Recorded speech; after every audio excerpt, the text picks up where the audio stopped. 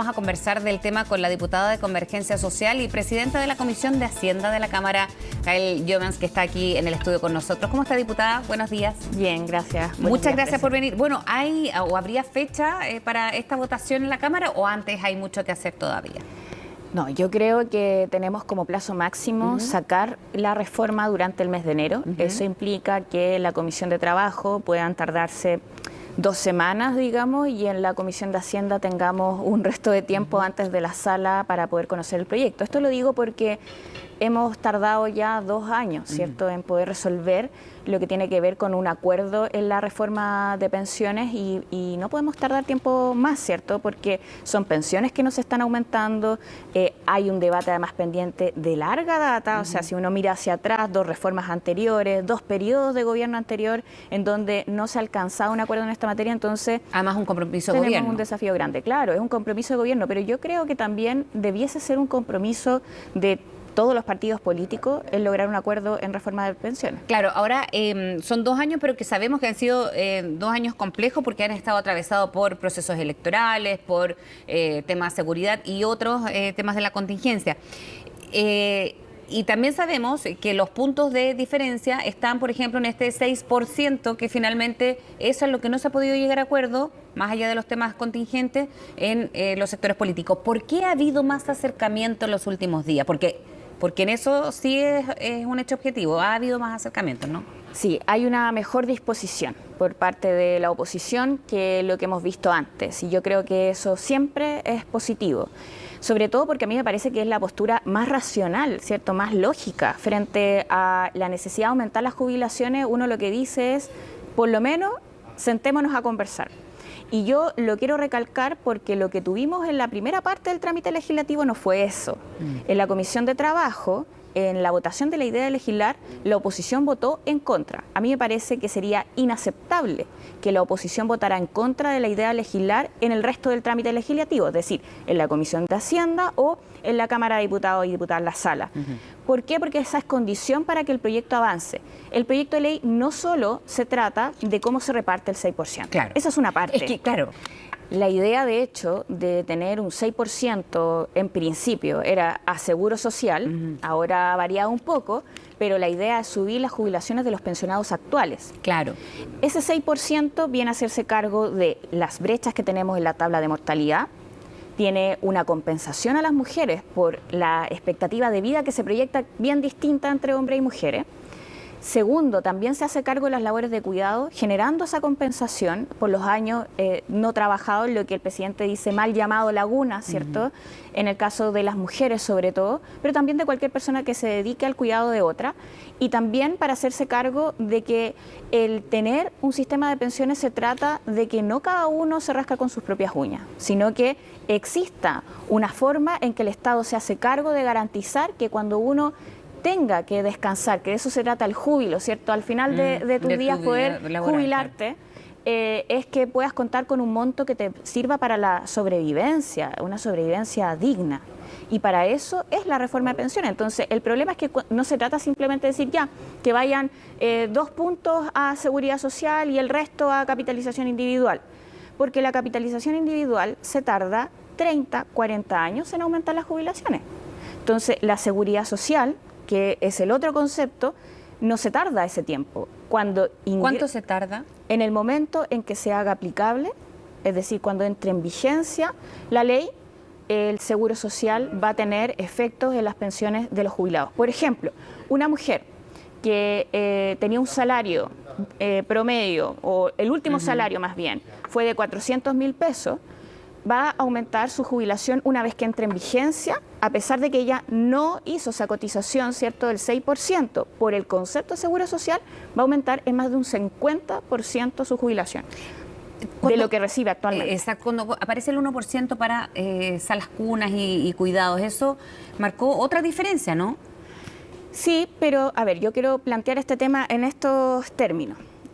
Durante el trabajo de las mesas técnicas y durante todo este tiempo en que hemos conversado de las diferencias que hay en las jubilaciones, este tema se plantea como uno central, que las mujeres tienen problemas, ¿cierto?, en empleabilidad formal, y que además tenemos diferencias por la existencia de que en realidad hay una discriminación respecto a nosotras y los hombres sobre las salacunas y las labores de cuidado de los niños más pequeños. Esta regulación que existe en el Código del Trabajo es discriminatoria, totalmente. O sea, nos plantea que el empleador tiene el requisito de que cuando contempla, o más bien cuando contrata más de 20 mujeres, tiene que tener una sala cuna o ver un mecanismo, ¿cierto?, para poder hacerse cargo de ello. Y por lo tanto, ese es un incentivo para que el empleador contrate menos. Claro. Y eso se incorpora en este proyecto de ley, pero con la mirada de que esto sí genera efecto en las pensiones de las mujeres. Ah, es que eso le iba a preguntar, porque algunos decían, pero porque se están combinando temas que no debiesen incorporarse en una reforma previsional que ya ha tenido bastante ripio como para ir llegando a acuerdos, como para incluir un punto más polémico o distinto, o que salga un poco de las previsiones propiamente tal. ¿Ese es la dirección en la que apunta esta iniciativa? Mira, yo lo que entiendo de esto, o más bien de lo que ha planteado la oposición, es que tiene dudas respecto a cómo va a funcionar, porque hay una discusión bien lata respecto a Sala Cuna, el proyecto que ingresó el gobierno Sebastián Piñera de Sala Cuna Universal, y la propuesta que necesitamos es terminar con las discriminaciones hacia las mujeres, ¿cierto? Entonces, y garantizar el derecho que tiene el niño o niña del cuidado y también de la educación que existe, porque son los, en el fondo los inicios también de vinculación de un niño o niña con el sistema de educación parvularia también, ¿cierto? Empieza desde ahí una línea y eso se ha planteado en la discusión en el Senado. Pero ese tema más en específico no corre, ¿cierto?, en esta parte del debate de la reforma de pensiones. Lo que corre en esta parte más bien tiene que ver con hacerse cargo de tener un fondo que vaya también destinado a ese propósito y de las diferencias y brechas que existen entre hombres y mujeres y que luego en las jubilaciones también se ven reflejadas. Ahora, esto es parte del trámite legislativo. Yo y mi llamado, ¿cierto?, a la oposición es que tengan apertura al diálogo, al debate. Una vez ingresadas las indicaciones, ya la próxima semana, vamos a poder discutir en particular el proyecto de ley. Esta es quizás una diferencia que tienen en específico respecto a cómo se concibe el 6%, pero lo importante es el propósito de mejorar las jubilaciones de las chilenas y los chilenos. Y pronto.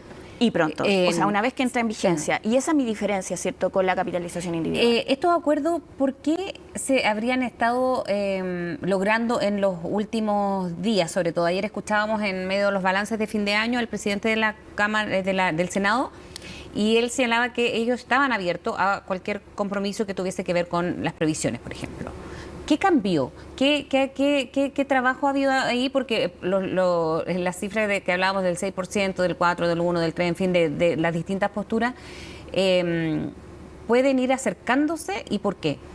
Yo veo que hay acercamiento también porque hay una labor que realiza constantemente la ministra del Trabajo, de mostrar cuál es la disposición que tiene el gobierno primero a encontrar estos puntos en común, a recoger elementos que tienen las bancadas para también conseguir las mayorías, de eso se trata. Y en eso la ministra ha tenido disposición no solo ahora, sino que también antes. Ahora, yo creo que también una vez despejado el plebiscito, es que eso le iba a preguntar, me parece que fue un ahí también hubo varias declaraciones, por ejemplo, por parte de la UDI, que decían que no a todo prácticamente, ¿no? Muy cerrados después del resultado. Entonces ahí se pensó que podía haber y se podía estampar más la discusión o los acuerdos en materia previsional. Sí, creo que con el pasar de los días, luego de, en realidad, la definición que toma el país en esto respecto a ese texto constitucional en particular, también se despeja la disposición que puedan tener las bancadas a construir un acuerdo que, a mi juicio, es el llamado que se hace después de ese plebiscito, ¿cierto?, por parte de la ciudadanía, a no imponer una posición sobre la otra, sino que más bien a buscar puntos en común y así avanzar en los temas más urgentes y necesarios, que este, por cierto, es uno de ellos. Hay una columna hoy día en el Diario del Financiero que habla de una reforma de pensiones que deja a la clase media en el olvido. Es de Alejandro Charme y él dice en una de las ideas centrales que lo que le llama la atención es la principal prestación de seguro social previsional que se dirige tanto a hombres como a mujeres y que se podría calificar como una prestación anticlase media. ¿Cuál es el aporte para la clase media? Porque hablamos de los próximos jubilados, de los más vulnerables, de las mujeres, pero hay una clase media que incluye a casi todo. A ver, yo tengo total diferencia con esa posición. Primero porque no entiendo a quién se refieren con clase media.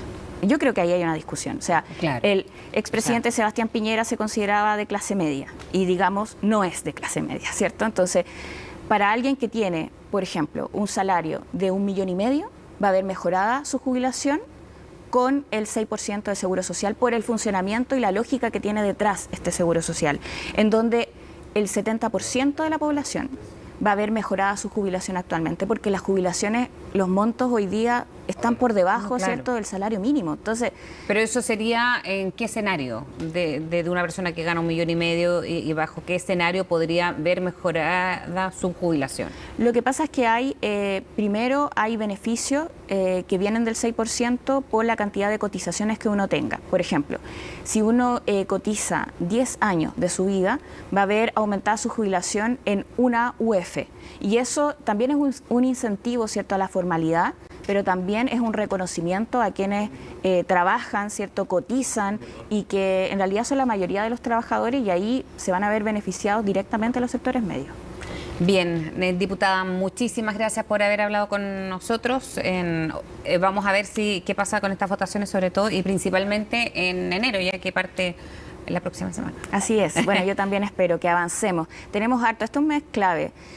Yo en realidad me parece muy bien que haya más disposición a construir acuerdos. Tenemos pensiones, tenemos pacto fiscal, que también incorpora beneficios, ¿cierto? Y una destinación importante hacia la PGU, así que espero que avancemos. Bien.